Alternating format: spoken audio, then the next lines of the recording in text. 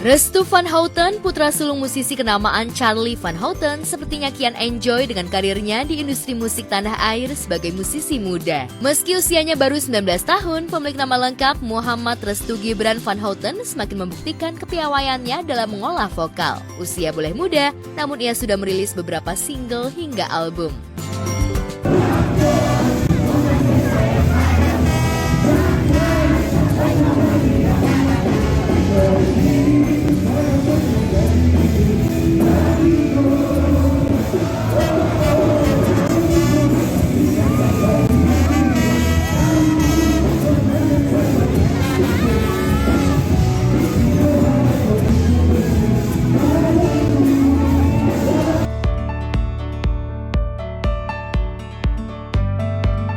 Meski sempat dibawa-bawa oleh ayahanda tercinta saat manggung, namun kualitas suara Restu tak bisa dianggap remeh, meski genre musik Restu masih ikut dengan ayahnya, pop Melayu. Capaian Restu hingga saat ini tentu saja tak bisa dipisahkan dari sang ayah. Restu dan Charlie bak adik kakak ketika mentas di atas panggung kala mengisi acara. Lantas benarkah moncernya karir di industri hiburan menjadi kado spesial Restu di hari jadinya yang ke-19, tepat pada 24 September lalu? Keinginan-keinginan yang belum tercapai bisa tercapai di umur yang sekarang gitu, dan aku selalu pesan sama diri sendiri, aku nggak bakal mau jadi orang yang sombong, aku nggak mau jadi orang yang angkuh, orang yang orang yang tinggi, nggak mau. Aku tetap, pokoknya doa aku setiap ulang tahun harus lebih humble daripada tahun-tahun sebelumnya gitu. Itu aja kalau aku. Meski sebelumnya sempat ditenteng ayahnya di atas panggung, namun belakangan Restu kerap tampil sendiri. Salah satunya saat ia menjadi salah satu pengisi acara di ajang bergengsi untuk insan komedi tanah air malam ini, Anugerah Komedi 4 Indonesia yang akan disiarkan secara langsung pukul 21.30 waktu Indonesia bagian Barat di RCTI. Lantas seperti apa persiapan Restu? Persiapannya seperti biasa, yang pasti mungkin nanti ada JR dan jaga kesehatan aja sih. Lebih ke sekarang lagi banyak istirahat karena jadwalnya lumayan padat karena selang-seling sama kuliah.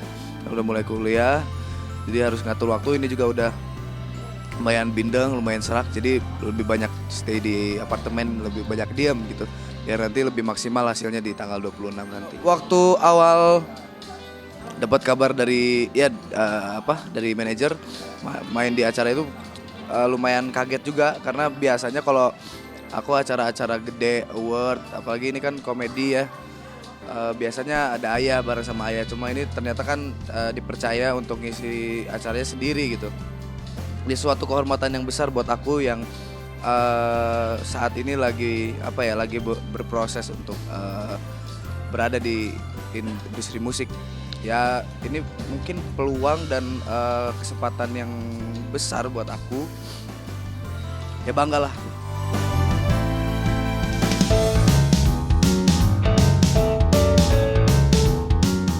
Sementara itu, Elsa Japasal alias Echa Aura menjadi salah satu nominator Anugerah Komedi 4 Indonesia 2024 sebagai seniman komedi sedang naik daun terfavorit. Meski ia tak memiliki basic komedi, namun sikap polos dan kerap menggoda lawan mainnya dengan rayuan gombalnya saat berakting mampu membuat gelak tawa hingga membuat para lelaki meleleh. Namun siapa sangka di balik kelucuannya itu, Echa kabarnya masih merasa insecure. Lantas apa yang membuat Echa seperti itu? Kamu udah pesen belum? Belum, aku mau pesen di sini. Kamu bayarnya pakai apa? Pakai m-banking. Kalau pakai kartu keluarga pakai nama kita berdua juga bisa. Nama aku Denny. Aku Nikita. Nikita. Nikita jodoh nggak ya? Aku mau pesen. Pesan apa? Mau pesen sate. Sate. Tapi nggak jadi deh. Mending sate with you.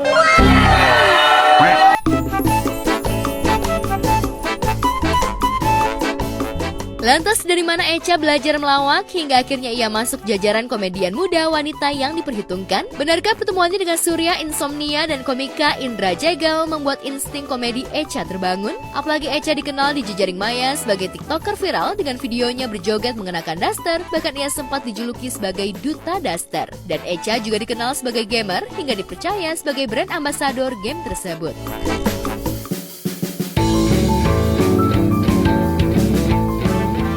Kepiawaian Echa yang mampu mengocok perut penonton membuatnya disejajarkan dengan Umi Kwari, komedian wanita yang dikenal lucu sejak dulu yang merintis karir sejak kecil lewat Lenong Legenda. Sebagai komedian yang konsisten di bidangnya, Umi makin naik daun. Di tengah lompatan karirnya, ada sosok ibunda tercinta yang selalu mendukungnya hingga bisa bertahan sampai detik ini. Lantas seperti apa kedekatan Umi dan sang ibu? Benarkah patuh dan berbakti pada orang tua menjadi pelancar karir Umi di dunia komedi? Sebenarnya deket banget karena kemana-mana juga bareng sama mama. Terus ya pokoknya segala aktivitas mama pasti ikut gitu loh. Jadi kecuali pacaran gitu. Ya sedekat itu sih sama mama. Makanya maksudnya kayaknya bondingnya. Terus kalau kita berantem juga mungkin udah nggak bisa lama-lama, bisa baikan lagi. Sebenarnya itu tuh nggak mau dijujurin ya, karena kan itu tapi ada pertanyaan yang kebohongan apa yang mama nggak tahu. Akhirnya aku ngomong itu gitu karena sebenarnya ke psikolog pun bukan suatu hal yang apa ya, bukan orang sakit aja yang datang ke psikolog atau orang yang stres gitu yang datang ke psikolog. Tapi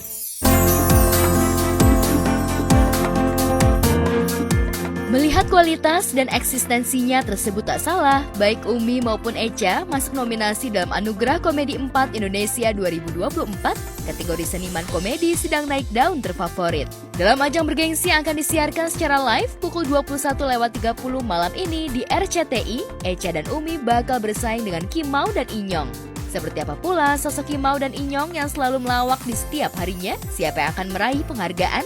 Tentu saja dari sederet nama bakal muncul sebagai jawara komedi di kategori yang lain, diantaranya kategori komika terfavorit ada Ate, Boris Bokir, Indra Jagal, Pras Teguh. Di kategori seniman komedi wanita terfavorit nominasinya adalah Boyen, Inggar, Rina Nose, dan Hesti Purwaidinata. Sementara kategori seniman komedi pria terfavorit nominasinya adalah Andre Taulani, Parto, Denny Cagur, dan Surya Insomnia. Lantas seperti apa komedian senior Indro Warkop juga Cak Lontong melihat munculnya banyak komedian-komedian muda berbakat di era saat ini? Kita ini berbeda generasi, terus yang kita lihat tadi yang perform itu generasi di bawah kita lagi. Kalau saya termasuk komedian yang sangat saya tuh walaupun mereka bukan yang melahirkan saya, bukan yang membentuk saya, tapi saya ikut bangga ketika generasi muda komedi itu sukses. Dulu kan agak jarang ya anak muda ya, dan kita mungkin anak muda yang pertama bahkan stand up dan joke telling kayak gitu. Kalau ditanya perasaan saya bangganya minta. hai semuanya, aku minta dukungan kalian untuk vote aku ya. Jangan lupa di seniman komedian sedang naik daun terfavorit. Oke, di aplikasi RCTI Plus.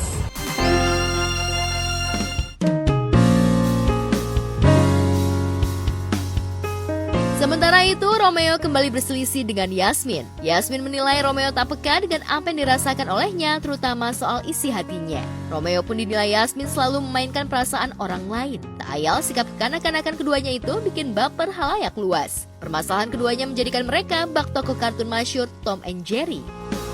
Kenapa capek? Aku juga capek sama laki-laki yang gak jelas arahnya mau kemana. Gak jelas arah kemana gimana? Jasmine, aku beneran gak ngerti maksud kamu. Aku juga gak ngerti dan aku gak suka sama orang yang mainin perasaan orang. Mempermainkan perasaan orang gimana? Perasaan siapa? Kamu. Yasmin, aku gak pernah sekalipun mempermainkan perasaan kamu. Ya kamu aja udah jujur belum? Jujur soal apa? Tanya aja sendiri. Yasmin. Ya begitulah, namanya juga tontonan sinetron kan pasti ada hit and miss ya.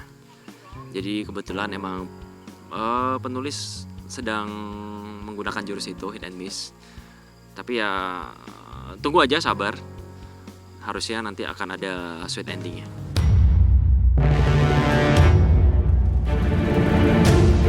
Di tengah proses ngambeknya itu, justru Yasmin mendapatkan masalah lantaran ponselnya diambil oleh Alicia, lantaran anak bungsu Baskara dan Ajeng itu masih menaruh penasaran dengan siapa sosok Yasmin sebenarnya.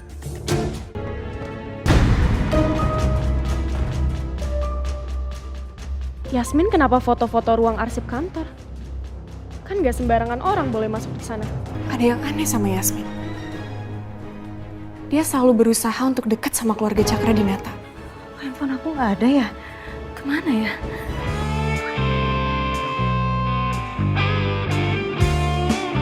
Namun beruntung di tengah kegundahan hatinya dan khawatir jika semua rahasia dan beberapa dokumennya diketahui oleh keluarga Chandra Dinata, Romeo pun membuntuti hingga meminta Dirga untuk menduplikat file Yasmin. Kegalauan itu pun membuat Yasmin hampir tertabrak sepeda motor. Beruntungnya ada Romeo yang selalu ada untuk Yasmin.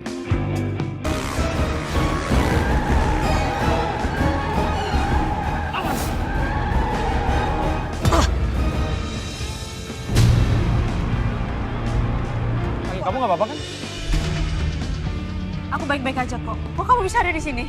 Aku sama Romeo udah ngamanin data HP kamu. Makanya aku dari tadi nyuruh kamu untuk tenang. Makasih dong. Sama-sama. Kamu mau kemana? Gitu doang? Maksudnya? Ya, kita bisa makan dulu, ngopi kayak apa? Iyalah ya. Ya, seperti biasa lah ya kalau Yasmin ada hampir celaka, Romeo selalu datang tepat waktu untuk menyelamatin Yasmin. Kebetulan waktu itu Yasmin lagi mau nyebrang jalan, hampir ketabrak sama motor. Jadi Romeo yang ngelindungin. Akhirnya baru ngegiring Yasmin ke pinggir jalan. Habis itu ya ngobrol tapi tetap Romeo ditinggalin sama Yasmin karena Yasmin masih marah.